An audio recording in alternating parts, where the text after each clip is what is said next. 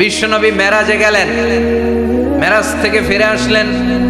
বিশ্বনবী বর্ণনা করলেন, আমি বাইতুল মাকদাস দেখেছি মাঝরাতে, লক্ষাধিক নবীকে নিয়ে নামাজের ইমামতি করেছি, 7 আকাশ দেখেছি, আল্লাহর আরশ দেখেছি, আল্লাহর সাথে কথা বলেছি, আবার ফজরের আগেই মক্কায় ফিরে এসেছি। সবাইকে খাইছে মুহাম্মদের মাথার তার ছিঁড়ে গেছে, নাউজুবিল্লাহ পড়ে।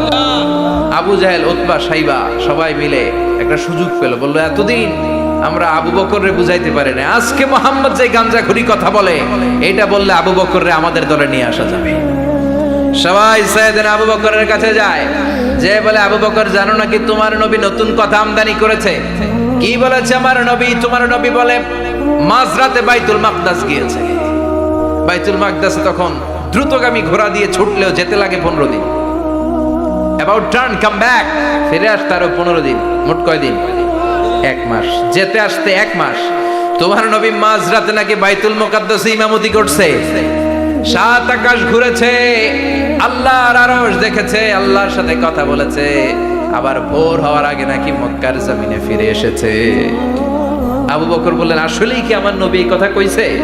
সবাই এক বাক্যে বলে, হ্যাঁ তোমার নবী মুহাম্মদ এই কথা বলেছে। আবু বকর দ্ব্যর্থহীন কণ্ঠে ঘোষণা করে দিলেন, আমার নবী যদি এই কথা বলে থাকে, আমার নবী সত্য বলেছে,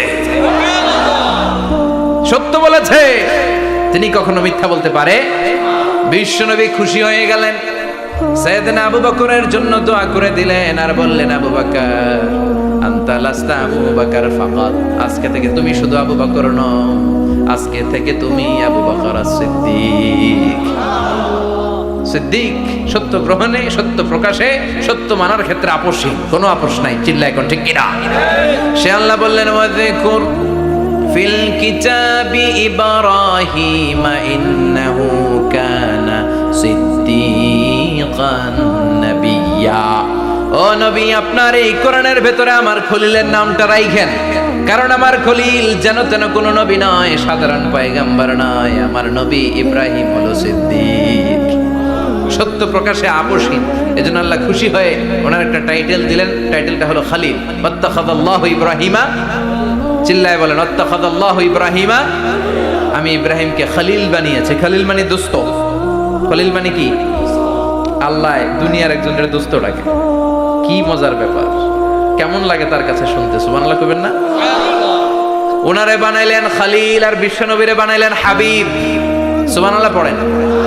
বাপ বেটা সব নিয়ে গেছে। সাইয়েদনা ইব্রাহিম হচ্ছেন বাবা, আর বিশ্বনবী ছেলে। বিশ্বনবীর অনেক উপরের পুরুষ হচ্ছে সাইয়েদনা ইব্রাহিম। তো এটা পর্দাদা না, বাবা না? বিশ্বনবী বলতেন, আনা দাওয়াতু আবি ইব্রাহিম, আমি নবীরে পায় নাসানাসি করো, আমি তো ইব্রাহিম আলাইহিস সালামের দোয়ার ফসল। উনি যদি মক্কায় দাঁড়িয়ে দোয়া না করতেন, আমার বিশ্বনবীর জন্ম হতো না। সুবহানাল্লাহ পড়েন। এজন্য বাবা হলো খলিল, ছেলে হলো হাবিব। খলিল মানেও বন্ধু, হাবিব মানেও বন্ধু। খলিল মানে এমন বন্ধু যেই বন্ধু আল্লাহরে খুশি করার জন্য কাজ করে, আর হাবিব মানে এমন বন্ধু যারে খুশি করার জন্য আল্লাহ নিজে কাজ করে। কার পাওয়ার বেশি? হাবিবের কয়েক ডিগ্রি বেশি। সুবহানাল্লাহ পড়েন। তার মানে বাপ বেটা, বাবা হলো খলিল, ছেলে হলো হাবিব। এই বাপ বেটার মধ্যে অনেক বিষয়ে মিল আছে না নাই? হাদিস কোরআনে খুঁজলে আপনি অনেকগুলো মিল পাবেন। আজকে 7টা মিলের কথা শোনাবো।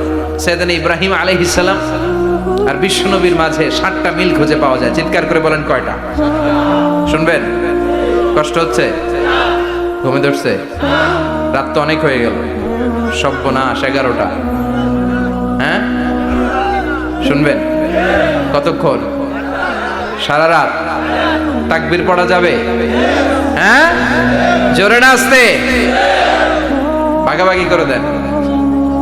শুরুতে বিবাহিতরা দেন, তারপর অবিবাহিতরা দেন, তারপর সবাই দেন। দিবেন? বিবাহিত কারা কারা আসছেন দেখি। ঘটনা কি? অবিবাহিত নাই এলাকায়? হ্যাঁ কম। মাশাআল্লাহ, তো বরকতের এলাকা। আলহামদুলিল্লাহ। দেখি অবিবাহিত কারা কারা আসছে? এগুলো এলো কই থেকে আবার? 2 হাত ফিরে তুলছে না? 1 হাত 1 হাত। ঠিক আছে, মাশাআল্লাহ। শুরুতে বিবাহিতরা দেন, এরপর অবিবাহিতরা দিয়েন। শুরুতে বিবাহিতরা রেডি হন। আমি লিল্লাহি তাকবীর বললে আল্লাহু আকবার। গলা ধার দিতেছে অনেকে। বিবাহিতরা রেডি? দেখবো কাদের পারফরমেন্স কেমন হয়। বিবাহিতরা পড়েন লিল্লাহি তাকবীর। অনেক আওয়াজ, সংখ্যায় বেশি এরা। এবার অবিবাহিতদের পালা। হ্যাঁ, অবিবাহিতরা রেডি? দেখি কি অবস্থা। এবার অবিবাহিতরা দাও লিল্লাহি তাকবীর। মিলে তিনটা পড়েন লিল্লাহি তাকবীর, লিল্লাহি তাকবীর, লিল্লাহি তাকবীর। ঘুমটুম আছে না গেছে? বাপ বেটার মধ্যে কয়টা মিল? চিল্লায় বলতে হবে কয়টা? এক নাম্বার মিল হচ্ছে ফেস কাটিং এ মিল। সুবহানাল্লাহ। সাইয়েদনা ইব্রাহিম আর বিশ্বনবী চেহারা একরকম। বিশ্বনবী যখন মেরাজ রজনীতে আকাশে গেলেন, এক এক আসমানে এক এক নবীর সাথে দেখা, এক আসমানে সাইয়েদনা ইব্রাহিমের সাথে দেখা। মেরাজ শেষ করে যখন সাহাবীদের কাছে বর্ণনা করছেন কোন নবীর চেহারা দেখতে কিরকম, বিশ্বনবী বললেন আম্মা ইব্রাহিম, বুখারীর বর্ণনা, আম্মা ইব্রাহিম ফানজুরু ইলা সাহিবিকুম। আর ইব্রাহিম নবীর চেহারা কেমন জানতে চাও? জানতে হলে আমি বিশ্বনবীর দিকে তাকাও। আমার চেহারা দেখতে যেমন, আমার বাবা সাইয়েদনা ইব্রাহিমের চেহারা প্রায় হুবহু এরকম। তার মানে এক নম্বরে কোন দিকে মিল? চেহারাতে মিল, ফেস কাটিং এ মিল। চিল্লায় কোন ঠিক কিনা? দুই নম্বরে উসওয়ায়ে হাসানা। দুই নবীর ক্ষেত্রে উসওয়ায়ে হাসানা শব্দ কোরআনে ব্যবহার করেছে কে? লাকাদ কানা লাকুম ফি রাসূলিল্লাহি উসওয়াতুন হাসানা। তোমাদের জন্য বিশ্বনবীর জীবনীর ভেতরে উত্তম আদর্শ আছে না নাই? আবার ইব্রাহিমের ক্ষেত্রে বললেন কাদ কানাত লাকুম উসওয়াতুন হাসানাতুন ফি ইব্রাহিম। বিশ্বনবীর জীবনীতে যেমনি তোমাদের জন্য আদর্শ, সাইয়েদনা ইব্রাহিমের জীবনীতেও। সুবহানাল্লাহ পড়ে। তার মানে বিশ্বনবীও মডেল, সাইয়েদনা ইব্রাহিমও মডেল। নাকি শাহরুখ খান আমাদের মডেল? ইমরান খান, জর্দা খান, কেউ আমাদের মডেল?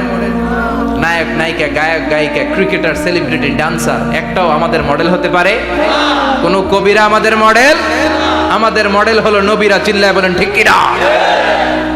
কবিরা এক একজন এক এক দিকে যায়, এক একজন এক এক কথা বলে। আউলা ঝাউলা চুল নিয়ে চলে, যার মাথা দিয়ে যেটা বেরোয় সেটা বলে। কিন্তু একজন নবী যেটা বলে অন্য নবী বিপরীত বলে না। কারণ কবিরা কথা বলে তাদের মন মস্তিষ্ক প্রসূত কথা থেকে, আর সব নবীদের কথা আসে একটা হেডকোয়ার্টার থেকে। হেডকোয়ার্টারটা কার? কোন নবী বলছে আল্লাহ একজন, আরেক নবী বলছে না দুইজন হতে পারে। কোন নবী বলেছে আখেরাত আছে, আরেক নবী আইসা বলছে নাও থাকতে পারে। এরকম কইছে? কারণ কবিদের মতো ওনারা মাথায় যা আসে পাগলের মতো তাই বলে না।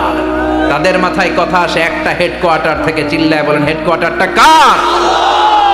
আল্লাহ বললেন উসওয়ায়ে হাসানা। বিশ্বনবীও তোমাদের জন্য আদর্শ, সাইয়েদনা ইব্রাহিম আদর্শ। তার মানে আদর্শিক দিক থেকে দুই নবীর মিল আছে না নাই? তিন নাম্বার, দুইজন নবী উলুল আজমি মিনার রাসূল। এই পৃথিবীতে পাঁচজন নবীকে আল্লাহ শ্রেষ্ঠ নবী বলেছেন। নূহ আলাইহিস সালাম, ইব্রাহিম আলাইহিস সালাম, মূসা আলাইহিস সালাম, ঈসা আলাইহিস সালাম, বিশ্বনবী মুহাম্মদ রাসূলুল্লাহ সাল্লাল্লাহু আলাইহি ওয়াসাল্লাম। এই পাঁচজনের ভিতরে বাপ বেটা আছে না নাই? কথা কর। চার নাম্বার মিল হলো বাপ বেটা দুইজনই কাবা বানিয়েছে। আল্লাহু আকবার। সাইয়েদনা ইব্রাহিম বানিয়েছে বয়স্ক অবস্থায়, বিশ্বনবী বানিয়েছেন শৈশবকালে। পড়েন সুবহানাল্লাহ। বিশ্বনবীর বয়স মাত্র 10 বছর। কয় বছর? 10 বছর বয়স আমরা লুঙ্গিও পড়তাম না। কথা কর। ছোট বাচ্চারা অনেক সময় এই বয়সে লুঙ্গি খুলে ফেলায় না? গরমকাল আসলে লুঙ্গিগুলা সব খালের সামনে থুইয়া ডুবায়, চোখগুলা লাল করে আর করে বাইরে আছে না নাই? কিন্তু বিশ্বনবী লুঙ্গি খোলেন না, লুঙ্গি পড়ে থাকে। কাবা ঘর নির্মাণের কাজ শুরু হলো, বিশ্বনবী পাথর টানতে শুরু করলেন। বিশ্বনবীর বয়সের 8-10 বছরের ছোট বাচ্চারা সবগুলা লুঙ্গি খুলে কাঁধে লইছে। সব বাচ্চারা লুঙ্গি খুলে কাঁধে নিয়েছে, আর ওই কাঁধের লুঙ্গির উপরে পাথর নিয়েছে যাতে ব্যথা না পায়। বুদ্ধি আছে। লুঙ্গি খুলে কাঁধে রেখেছে, কাঁধের উপরে পাথর রেখেছে। কিন্তু বিশ্বনবী, সবাই পাথর টানে একটা, বিশ্বনবী টানে দুইটা, কিন্তু বিশ্বনবী লুঙ্গি খোলে না। কি নবী ছিলেন, কি লাজুক ছিলেন। এখন আমাদের মধ্যে লাজুকতা নাই। বাবা ছেলে মেয়ে সব মিলে একসাথে হিন্দি সিরিয়াল দেখে, এরকম ফ্যামিলি আছে না নাই? লাজুকতা হারাতে বসেছি। আল হায়াউ শু'বাতুম মিনাল ঈমান। লাজুকতা ঈমানের অঙ্গ। ইযা লাম তাস্তাহি ফাসনা মা শি'তা। যখন তোমার লজ্জা থাকবে না, তোর যা মন চায় তুই তাই করতে পারবি। লাজুকতা আমরা হারাতে বসেছি। কোনো ক্ষেত্রে আমাদের লাজুকতা নাই। বিশ্বনবী এত লাজুক ছিলেন, হালিমাতুস সাদিয়া বলে 5 বছর কুরাইশি মুহাম্মদকে আমি লালন পালন করলাম, একদিনও কাঁদতে দেখি নাই। ক্ষুধা লাগলেও কাঁদে না, ব্যথা পেলেও কাঁদে না, শুধু লজ্জাস্থানের জায়গা থেকে কাপড় সরে গেলে মুহাম্মদ চিৎকার দিয়ে ওঠে। কি লাজুক ছিলেন বিশ্বনবী। পাথর টানে কিন্তু লুঙ্গি খোলে। আশেপাশের বন্ধু বান্ধব সব লুঙ্গি খুলে টানতেছে। চাচা আবু তালেব দৃশ্যটা দেখলেন, কিরে সবাই লুঙ্গি খোলা, এটা লুঙ্গি ছাড়া কেন? এটার গায়ে তো লুঙ্গি আছে। বিশ্বনবী ডেকে বললেন, মুহাম্মদ লুঙ্গি খোলো। কি খোলো? সবাই খুলছে, তুমিও খোলো। তুমি কাঁধে ব্যথা পাবে, কাঁধে লুঙ্গি রেখে পাথর টানো। বিশ্বনবী বললেন, না আমি ব্যথা পাই না, আমি লুঙ্গি খুলবো না। চাচা বলল, আরে ছোট মানুষ, সমস্যা নাই, খোলো। গোছা ধরে টান দিবে, টান দেওয়ার আগে বিশ্বনবী বেহুশ হয়ে জমিনে পড়ে যায়। লুঙ্গি খোলা আর হয় নাই। বিশ্বনবীর লজ্জাস্থানও কেউ দেখে নাই। আল্লাহু আকবার। তার মানে কাবা ঘর নির্মাণের দিক থেকে বাপ বেটার মধ্যে মিল আছে না নাই? সাইয়েদনা ইব্রাহিম কাবা বানালেন বয়স্ক অবস্থায়, বিশ্বনবী বানালেন শৈশবকালে। পড়েন সুবহানাল্লাহ। এরপর 6 নম্বরে মিল হলো, বাপ বেটা দুইজনেই ইসলামের কারণে, কোরআনের দাওয়াত দেওয়ার কারণে ঘর ছাড়া হয়েছে। সাইয়েদনা ইব্রাহিমও ঘর ছাড়া, বিশ্বনবী ঘর ছাড়া হলেন, মক্কা থেকে গেলেন মদিনায়। কিন্তু সাইয়েদনা ইব্রাহিমের ঘর ছাড়াটা এত সহজ না। উনি জন্মেছিলেন ইরাকের। ইনশাআল্লাহ পড়েন। এজন্য বাপ বেটার 6 নাম্বার মিল, বাপ বেটা দুজনই ঘর ছাড়া, বাপ বেটা দুইজনই জন্মস্থান ছাড়া। বিশ্বনবী মক্কা থেকে মদিনায়, আর সাইয়েদনা ইব্রাহিম নিজ এলাকা বাবেল থেকে গোটা বিশ্বের আনাচে কানাচে। চিল্লায় বলেন ঠিক কিনা? 6 নাম্বার মিল, বিশ্বনবী বললেন, ইন্নী হারামতুল মদিনা কামা হারামা ইব্রাহিম মক্কা। আমি মদিনাকে হারাম ঘোষণা করেছি যেমনি সাইয়েদনা ইব্রাহিম মক্কারে হারাম ঘোষণা করেছে। আপনারা যারা হজ উমরা করেছেন তারা জানবেন, মক্কা মদিনার চারিদিকে একটা বাউন্ডারি আছে, এটার বলে হুদুদুল হারাম। পিলার আছে, ওই পিলারে লেখা হুদুদুল হারাম। কি লেখা?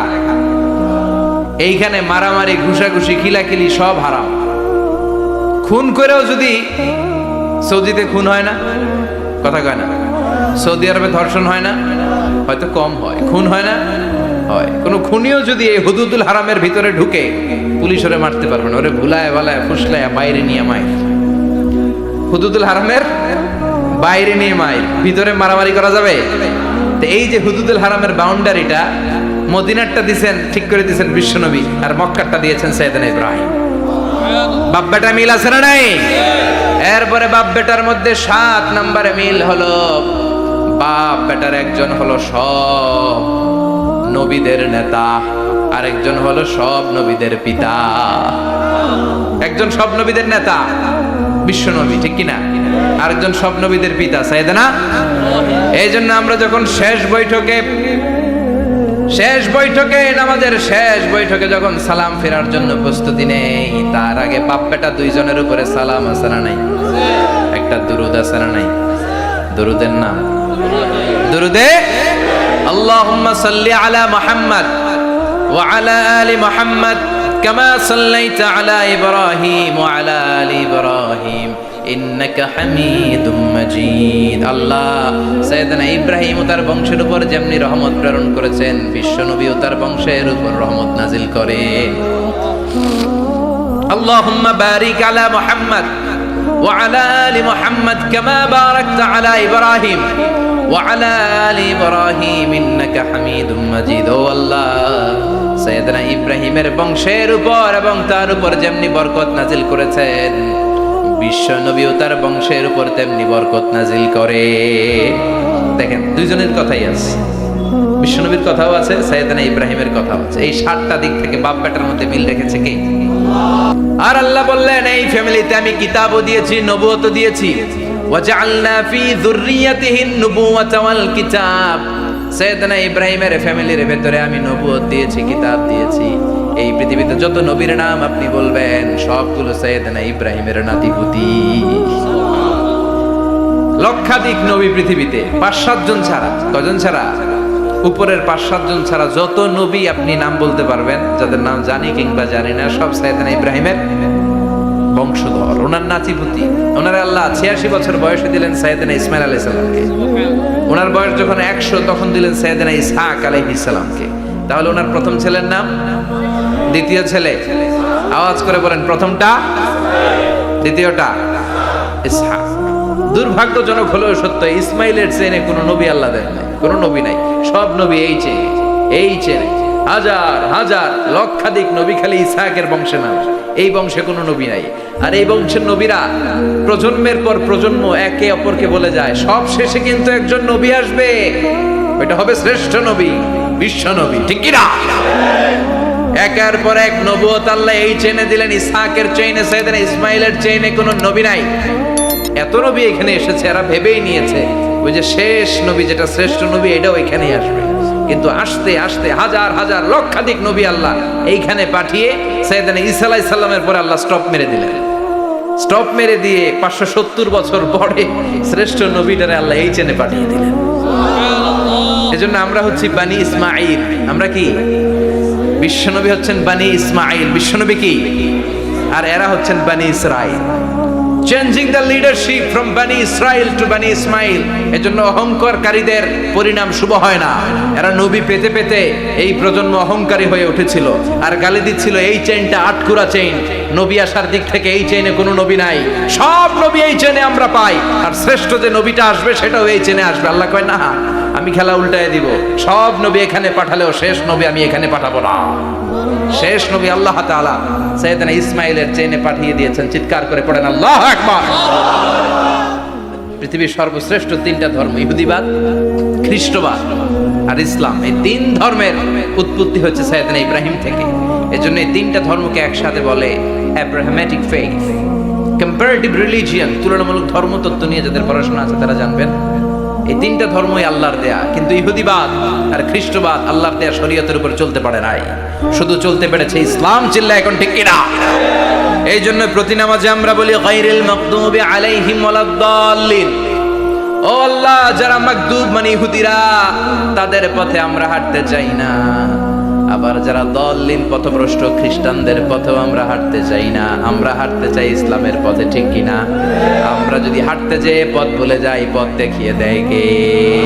আমি যদি কোনোদিন পথ ভুলে যাই, হাতছানি দিয়ে কাছে নিও, মমতার বন্ধনে আমায় বেঁধে সব ভুল ক্ষমা করে দিও। চিল্লায় পড়েন আমিন। আল্লাহ বললেন ওয়াজআলনা ফি যুররিয়াতিহিন নুবুওয়াতা ওয়াল কিতাব। আমি সাইয়েদনা ইব্রাহিমের বংশের মধ্যে নবুয়ত দিয়েছি, কিতাবও দিয়েছি। সাইয়েদনা ইব্রাহিম আলাইহিস সালামের উপর কিতাব আছে না নাই? কি নাম কিতাবের? সুহুফ ইব্রাহিম। কোরআনে নাই? আছে না নাই? ইন্না হাযা লাফিস সুহুফিল উলা সুহুফি ইব্রাহিম ওয়া মূসা। সুবহানাল্লাহ পড়েন। অনেক আল্লাহ কিতাব দিয়েছে, নবুয়ত দিয়েছে, সব নবীদের বাবা বানিয়েছে। ওনার উপাধি হচ্ছে আবুল আম্বিয়া। আবার ওনার নামে আল্লাহর কোরআনের ভেতরে 114 সূরার একটা সূরা আছে না নাই? সূরাটার নাম সবাই কয় আলিফ লাম রা। কিতাবুন আনজালনাহু ইলাইকা লিতুখরিজান নাসা মিনাল যুলুমাতি ইলান নূর। সুবহানাল্লাহ। সূরা ইব্রাহিম আলিফ লাম রা কিতাবুন আনজালনাহু ইলাইকা। ওই নবীর নামে কোরআনের ভিতরে সূরা দিয়েছে কে? আবার আল্লাহ বললেন, গোলাম জেনে রাখো উনি তোমাদেরকে মুসলমান নামকরণ করেছেন। তাই ইসলামে যারা অন্তর্ভুক্ত হবে সব মুসলমানদের পিতা আমি আল্লাহ তারা নির্বাচিত করেছি। মিল্লাত আবিকুম ইব্রাহিম হুয়া সাম্মাকুমুল মুসলিমিন। আওয়াজ করে বলেন, মুসলিম জাতির পিতার নাম কি? আমাদের জাতির পিতা কেডা? সবাই কম মনে থাকবে না ভুল করবেন? ভুল করবেন? জাতির পিতা কে? চিল্লায় বলেন, জাতির পিতা কে? মিল্লাত আবিকুম ইব্রাহিম ওয়া সাম্মাকুমুল মুসলিমিন, যিনি তোমাদেরকে মুসলমান বলে অভিহিত করেছেন। আবার আল্লাহ বললেন, ইব্রাহিম সবাইরে তুমি মুসলমান নাম রাখলে তুমি মুসলমান হও। আসলিম ক্বালা আসলামতু লিরাব্বিল আলামিন। বলতে দেরি, কালিমা পড়ে মুসলমান হতে দেরি নাই। চিল্লায় পড়েন আল্লাহু আকবার। আবার আল্লাহ বলে, আমার নবী ইব্রাহিম এমন নবী, এই নবীর মতো বিনয়ী নবী নাই। ইন্না ইব্রাহিম লাহালিমুন আওয়াহুম মুনীব।